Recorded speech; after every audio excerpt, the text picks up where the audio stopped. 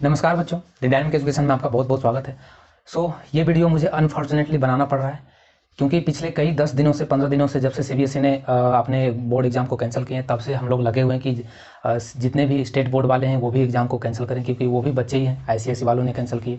और इसमें मैं आपको सारी इन्फॉर्मेशन देने वाला हूँ, कौन कौन से स्टेट हैं, कौन कौन से स्टेट ने कैंसिल किए हैं, कौन कौन से स्टेट ने अभी पोस्टपोन कर रखे हैं, डिस्कस करेंगे, तो लास्ट तक बने रहिए। तो सबसे पहले मैं आपको बात करता हूँ, देखो महाराष्ट्र की। तो महाराष्ट्र में मेरे पास आंकड़े हैं, मैं उससे देखकर बताता हूँ कौन कौन से स्टेट हैं। सीबीएसई आप जानते हो, आईसीएसई ने 10th बोर्ड को कैंसिल कर दिया है। बिहार बोर्ड तो पहले ही सारे एग्जाम करा के रिजल्ट भी दे दिया। महाराष्ट्र की बात करें तो महाराष्ट्र 10th बोर्ड को एग्जाम कैंसिल किया है, आगे 12th का। और एक बात ध्यान रखें, 12th बोर्ड जो है किसी भी बोर्ड ने, स्टेट बोर्ड ने या सीबीएसई ने, 12th बोर्ड मेरे नज़र में कोई भी ऐसा स्टेट बोर्ड नहीं है जो कि 12th बोर्ड को कैंसिल किया, सभी ने पोस्टपोन किया। ये आपके पास तो खबर हो गई। मैं सिर्फ 10th का बात कर रहा हूँ अभी, क्योंकि 10th का ही मुझे अभी ज़्यादा डिस्कशन करना है, क्योंकि 12th का तो चलो एक बार कंसीडर कर भी लिया जाता है, लेकिन 10th वाले बच्चों के साथ ये मजाक क्यों हो रहा है इसके बारे में थोड़ा सा मुझे आज कंसर्न दिखाना है। तो आप हो सके तो आप इस वीडियो को ज़्यादा से ज़्यादा शेयर कीजिए और अपने गवर्नमेंट तक पहुँचाइए बात कि आखिर चल क्या रहा है। उसके बाद बात करते हैं छत्तीसगढ़ ने भी कैंसिल, उड़ीसा ने भी कैंसिल कर दिया। हरियाणा के अपने ही प्रॉब्लम है, उनके अभी देखे हैं, पता नहीं क्या चल रहा है उनके। उसके बाद दिल्ली की बात, 10th का बोर्ड का कैंसिल होगा। गुजरात के अपने प्रॉब्लम बताए जा रहे हैं। पंजाब ने 10th बोर्ड को कैंसिल किया है। जम्मू कश्मीर 10th बोर्ड को कैंसिल किया है। राजस्थान में जो है वो 10th 12th के बोर्ड पोस्टपोन्ड हुए हैं, कैंसिल नहीं किया गया। झारखंड की बात करें वहाँ भी पोस्टपोन्ड हुआ है। और तेलंगाना जो है वो 10th बोर्ड को कैंसिल किया है, 12th को पोस्टपोन किया है। और बाकी जो स्टेट हैं, वेस्ट बंगाल की बात करें, कर्नाटक करें या असम, अरुणाचल प्रदेश, ये सब की बात करें तो ये सब अभी कोई इस पर डिसीजन नहीं लिया गया है। अब मेरा जो कंसर्न ये है कि भाई स्टेट बोर्ड मिनिस्टर जो है, एजुकेशन मिनिस्टर, ये चाहते क्या हैं बच्चों से? क्या बच्चे, मतलब जो स्टेट बोर्ड के बच्चे हैं, सीबीएसई ने यदि कुछ ऐसी सिचुएशन देश के अंदर देखा, आईसीएसई वालों ने देखा, तभी तो ये डिसीजन लिया गया ना कि हम उनको प्रमोट करेंगे, जनरल प्रमोट करेंगे। तो क्या मेरा कंसर्न है कि भाई सीबीएसई वाले स्टूडेंट जो हैं, क्या उनको 11th में कहीं एडमिशन नहीं मिलेगा? क्या उनको जनरल प्रमोशन नंबर देखकर उनको कहीं भी कॉलेज में एडमिशन नहीं मिलेगा क्या? तो इसका मतलब क्वेश्चन बस यहाँ पे आकर अटकता है कि इसका मतलब है कि स्टेट बोर्ड वाले का जो हालत है वो खराब है, एजुकेशन का हालत बहुत ज़्यादा खराब है। सीबीएसई ने इस पे अपने कंसर्न को दिखाया और उन्होंने ये बताया कि उनके पास, उन्होंने अपने स्कूल से जितने भी अफेक्टेड स्कूल हैं उनसे उन्होंने आंकड़ा मांगा, 15 पॉइंट्स को देखते हुए उनको आंकड़ा मांगे, उसके आधार पर वो इंटरनल असेसमेंट करने के लिए तैयार हैं। बाकी जो भी अदर स्टेट हैं उन्होंने भी अपने स्टेट बोर्ड वाले से कंसर्न करके और उसको उन्होंने अपने एग्जाम को कैंसिल किया है। लेकिन कुछ एक जो चुनिंदे स्टेट हैं, मैं उनका स्पेशल, मैं एमपी और यूपी जो राजस्थान के जो मिनिस्टर्स हैं उनसे मेरा ये रिक्वेस्ट है कि आप हमारे ये जो बच्चे स्टेट वाले हैं, यूपी एमपी के जो बच्चे हैं, एमपी वालों के साथ तो मजाक ही कर रखा है। कभी होता है कैंसिल कर दिया, मीडिया में रिपोर्ट आती है कि मीडिया से बात करने में ये होता है कि जो हमारे इंद्रजीत सिंह परमार जो हैं वो उन्होंने कैंसिल कर दिया है। बाद में रिपोर्ट आता है नहीं, ऑफिशियल आता है कि हमने एग्जाम कैंसिल नहीं किया, अभी हम इस पर विचार कर रहे हैं। मतलब मजाक ही बना रखा है एजुकेशन सिस्टम का। स्टेट वालों के साथ तो कोई मतलब है ही। आप एक बात बताओ मुझे कि कभी भी मिनिस्टर ने, स्टेट मिनिस्टर, एजुकेशन मिनिस्टर ने अपने स्कूल वालों से ये कंसर्न कभी दिखाया कि भाई स्कूल वाले आप बताइए मुझे कि आपके स्कूल में पूरे साल में कितने आपके क्लासेस लिए हैं, कितना असाइनमेंट बच्चों ने दिया है, कितना उनका जो प्री बोर्ड्स के मार्क्स हैं वो लिया भी गया है, नहीं लिया गया है, और कितने क्लासेस ऑनलाइन बच्चों ने अटेंड किया है। ऑनलाइन क्लासेस के आपके पास अटेंडेंस है भी या नहीं है? एक क्या मैं हम लोग टीचर्स या स्टूडेंट यही समझें कि इन कमियों की वजह से ही डिसीजन नहीं ले पा रहे हैं? जब इंटरनल असेसमेंट करने में क्या दिक्कत है? सीबीएसई ने आपको एक पैटर्न तो दिया, आईसीएसई वालों ने इस पैटर्न को फॉलो किया, स्टेट वाले भी इसी पैटर्न को फॉलो करें यदि उनके पास सही आंकड़े हैं तो। या तो उनको फिर डर है कि उनके स्टूडेंट का जो 1 साल का जो मूल्यांकन है उनके पास नहीं है, वो तभी आप इंटरनल असेसमेंट देने में डर रहे हैं। तो उन बच्चों का आप भावनाओं को समझें कि जो पूरे साल एग्जाम ने वो ऑनलाइन पढ़ाई की है, ऑनलाइन में कितना पढ़ाई हुआ वो सब आंकड़े बताते हैं। मैं नहीं कर रहा हूँ, ये रिसर्च बताता है कि 70% जो पेरेंट्स हैं वो बहुत ज़्यादा परेशान है, 70 to 80%। मतलब कुछ ही चुनिंदे बच्चे हैं जो ऑनलाइन का थोड़ा बहुत फायदा उठा रहे हैं, बाकी 70-80% बच्चे ऐसे हैं जो ऑनलाइन पे बहुत ज़्यादा गार्जियन भी परेशान है और वो नहीं पढ़ पा रहे हैं। और मेरा फिर ये क्वेश्चन आपके सरकार से आता है, बच्चों का भी आता है। मैं भी आपको मैसेज दिखाऊंगा, बहुत सारे रिक्वेस्ट आ रहे हैं बच्चों से। मेरे पास एक मैसेज है कि अभी आया सुबह कि सर आप 10th जो बोर्ड एग्जाम है वो नहीं कैंसिल करो, अभी ले लो, लेकिन बाद में पोस्टपोन मत करो, मैं फ्रस्ट्रेट हो गया हूँ। ठीक है, तो ऐसे ऐसे मैसेज आ रहे हैं, बच्चे फ्रस्ट्रेट हो रहे हैं। अब बताइए उनको क्या जवाब दें? ये एजुकेशन मिनिस्टर तो मुझे लगता है कि सारे एजुकेशन मिनिस्टर को कोरोना को हटाने में लगा दिए हैं। भाई एजुकेशन मिनिस्टर या एजुकेशन डिपार्टमेंट जो भी काम कर रहे होंगे ऑफिसर्स, वो तो एजुकेशन डिपार्टमेंट में काम कर ही रहे होंगे, फिर वो डिसीजन लेने में इतना टाइम क्यों लगा? स्टूडेंट हमारे जो जितने भी हमारे स्टूडेंट हैं वो तब बहुत ज़्यादा परेशान हो जाते हैं जब स्टेट बोर्ड वाले बोलते हैं कि हम तो जो तय डेट किया गया था उसी पे हम एग्जामिनेशन लेंगे।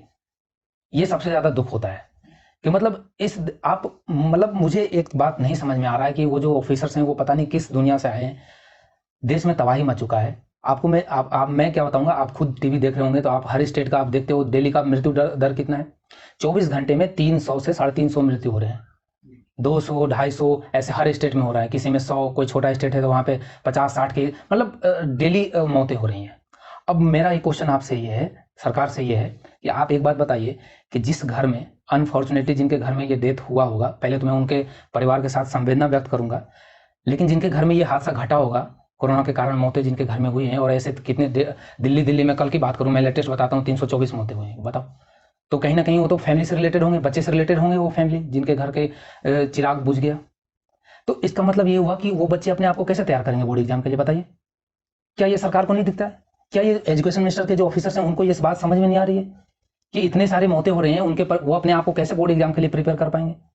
और उनको हम बोल रहे हैं कि नहीं हम तुम्हारा एग्जाम लेंगे, वो कैसे अपने आप को प्रिपेयर कर पाए आगे, वो अपने आप को कैसे उभर पाए? जिसके घर मेरे पास मैंने कल एक बच्चे को वीडियो देखा वायरल, वो रो रहे कि भाई हमारे जो उसके परिवार के में कोई अनफॉर्चुनेटली कोरोना कारण डेथ हो गया। अब जो ये सिनेरियो को देखा है वो कैसे अपने आप को एग्जाम में डिफेंड करने बैठ जाए? तो क्या ये कंफर्म सरकार कहेगी कि हम जून में एग्जाम करा ही लेंगे? जून में नहीं हुआ तो फिर जुलाई में करो। तो ऐसे तो फिर बच्चों का लाइफ बर्बाद हो रहा है ना, वो आगे अपने स्ट्रीम को चूज नहीं कर पा रहे, बताओ। तो इस चीज को हमें बहुत गंभीरता पूर्वक लेना पड़ेगा। और मैं 2 और एग्जांपल आपको बता देता हूँ। गोवा के चीफ मिनिस्टर, गोवा के जो एजुकेशन मिनिस्टर हैं, उनका क्या कहना था, 24 अप्रैल से उनका एग्जाम स्टार्ट हो रहा था, और 24 अप्रैल से पहले उन्होंने 3 से 4 दिन पहले वो यही कह रहे थे कि हम एग्जाम अपने तय डेट पे लेंगे, जबकि एक गोवा छोटा सा राज्य है जैसा कि आपको पता होगा। लेकिन बाद में क्या हुआ, 3-4 दिन पहले बोले कि उन्होंने वही घुटने टेक दिए। अब बताइए उन बच्चों के साथ कितना नाइंसाफी है यार। और सबसे मजे की बात तो ये हुआ कि उन्होंने कैंसिल नहीं किया, उन्होंने टिल फर्दर नोटिफिकेशन तक वेट करने बोला है। हद ही बेहुदा मजाक हो गया बच्चों के साथ। तो मतलब बच्चे तैयारी करो, पहले 5 दिन पहले हम बता देंगे कि पोस्टपोन्ड हो गया, अब टिल फर्दर नोटिफिकेशन तक आप वेट करो, हम 15 दिन पहले बता देंगे। कब तक तैयारी करें बच्चे यार? 14-15 महीने हो गए। एक और मैं बताता हूँ, आंध्र प्रदेश की आंकड़ा बताता हूँ। जगनमोहन रेड्डी आप जानते हैं सीएम है वहाँ के, उन्होंने क्या बोला, उनका कहना है कि हम तो तय डेट पे एग्जाम करवाएंगे। मतलब ऐसा लग रहा है कि कंपटीशन चल रहा है कि मतलब हम करवा लिए तो हम सबसे ज्यादा पावरफुल मिनिस्टर कहलाएंगे। मतलब सारी ताकतें आप स्टूडेंट पे ही निकाल दो। अरे इतनी व्यवस्थाएं यदि कोरोना के लिए आप पहले सचेत हो गए होते, इतनी जो आप अभी दिखा रहे हो ना फोर्स, कि हम इतनी तगड़ा, कि हम इतनी जज्बा जो दिखा रहे हो कि हम तो करवा कर रहेंगे, हम ये करवाएंगे, हम तय डेट पे करवा लेंगे, इतनी यदि पहले सेंट्रल गवर्नमेंट या स्टेट गवर्नमेंट पहले सचेत हो जाता अदर कंट्री को देख के, जिस तरह से सेकेंड वेव आया था, तो आज आई थिंक इतना तो व्यवस्था खराब होता और इतना बदतर स्थिति नहीं होता हमारे इंडिया का। तो यही सब हमारा कंसर्न है। बस आपसे यही गुजारिश है कि इस वीडियो को ज़्यादा से ज़्यादा तक आप फैलाइए और अपने दोस्तों के बीच शेयर कीजिए, और गलत न्यूज़ पे मत जाइए, क्योंकि न्यूज़ अभी बहुत ज़्यादा फेक चल रहा है। आप अपने ऑफिशियल वेबसाइट पे, स्टेट का जो वेबसाइट है उस पर जाकर रेगुलर चेक कीजिए, और नहीं तो आप अपने पढ़ाई पे ध्यान दीजिए। हम आपके लिए हमेशा एजुकेशनल अपडेट लाते ही रहेंगे, और मैं दिन भर न्यूज़ पे बैठा रहता हूँ। और हाँ, मैं जो यूपी एमपी खास करके राजस्थान के और गुजरात के जो बच्चे बात कर रहा हूँ, ये हमसे जुड़े, ट्विटर हैंडल पे आएँ और हम एक बड़ा कैंपेन चलाएं, इन मिनिस्टर तक वो बात पहुँचाएं हम अपना ट्विटर के जरिए।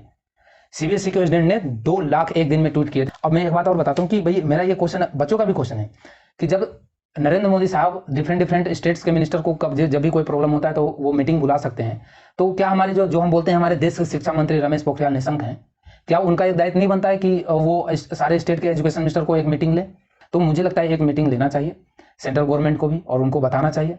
तो यही सब हमारा कंसर्न है। बस इस वीडियो को ज़्यादा से ज़्यादा शेयर कीजिए और बताइए सरकार को, और हमारे साथ ट्विटर पे जुड़िए, कैंपेन चला रहे हैं, हमारे ट्वीट को रीट्वीट कीजिए आप, और ज़्यादा से ज़्यादा बच्चों को जोड़िए। देखिए आपका साथ होगा तभी हमें सक्सेस मिलेगा, अदरवाइज फिर हम अकेला कुछ नहीं कर पाएंगे, हमें यूनाइट होना पड़ेगा। Okay, so thank you for watching dynamic education. और यदि हमारे चैनल पर नए हैं तो चैनल को सब्सक्राइब कर सकते हैं और बेल आइकन दबा लें, और लाइक तो आप जरूर